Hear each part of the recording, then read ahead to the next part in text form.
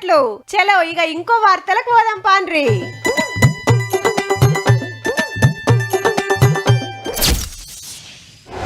ఏమై సర్పంచ్ సాబ్ కుర్చీలకు రాగానే ఓకే చేపిస్తా అంటివి, దరఖాస్తు పెట్టి తిరుగుడు తప్ప పని కాకపాయే.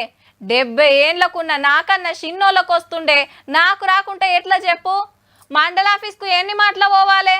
మా మన్మడు కూడా పోయొచ్చే. పెన్మిటి కాలం చేస్తే ఒక్కతే కష్టపడుతుంది, గా పింఛన్ వస్తే జరంత ఆసరావుగా అని చాలా మంది ఏటింగ్ చేస్తుండ్రుల్లా. మరి ఇంకో దిక్కు చూడుండ్రి ఎట్లున్నదో.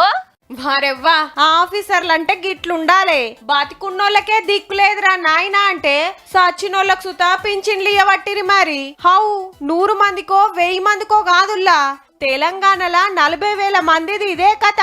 నెలగాంగనే పింఛన్ పంపిస్తురట 2,116. ఇంకో 41,000 మంది పత్తాకు లేకున్నా పద్ధతి ప్రకారం పైకం పోతుందట. ఓ 11,000 మందికి ఆధార్ కార్డే చక్కగా లేదట.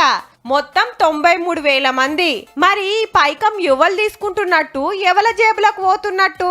ఇక ఓ 3,500 మంది ఏరే రాష్ట్రాల్లో ఉంటున్నా టెన్షన్ గా పింఛన్ పోతనే ఉన్నది. ఏండ్లకెళ్ళి ఇదే వ్యవహారం నడుస్తున్నా ఎవ్వరు పట్టించుకోలే. అయితే ఇప్పుడు కొత్త పింఛన్లు ఇయ్యాలని ఊరూరా తిరిగి వివరాలు తీసుకుంటుంటే గీ బాగోతం బయటపడ్డది. ఎవరు బతుకున్నారో ఎవల కథ ఏందో చూసి రికార్డులకు ఎక్కిస్తున్నారు. మొత్తం 19 లక్షల మందికి పైసలు అందుతుంటే 16 లక్షల మంది చెక్కింగ్ ఒడిచిందట.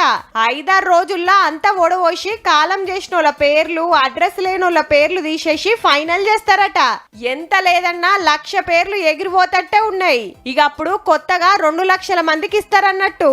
కానీ సచ్చినోళ్ళ పేర్లతోటి పింఛన్లెత్తిన ఉత్తమ్ లెవెల్లో దొరకబట్టి ఆ పైకమంతా వసూలు చెయ్యురి సార్లు. మా అల్లోగలు గిసొంటి కథలు వాడరు.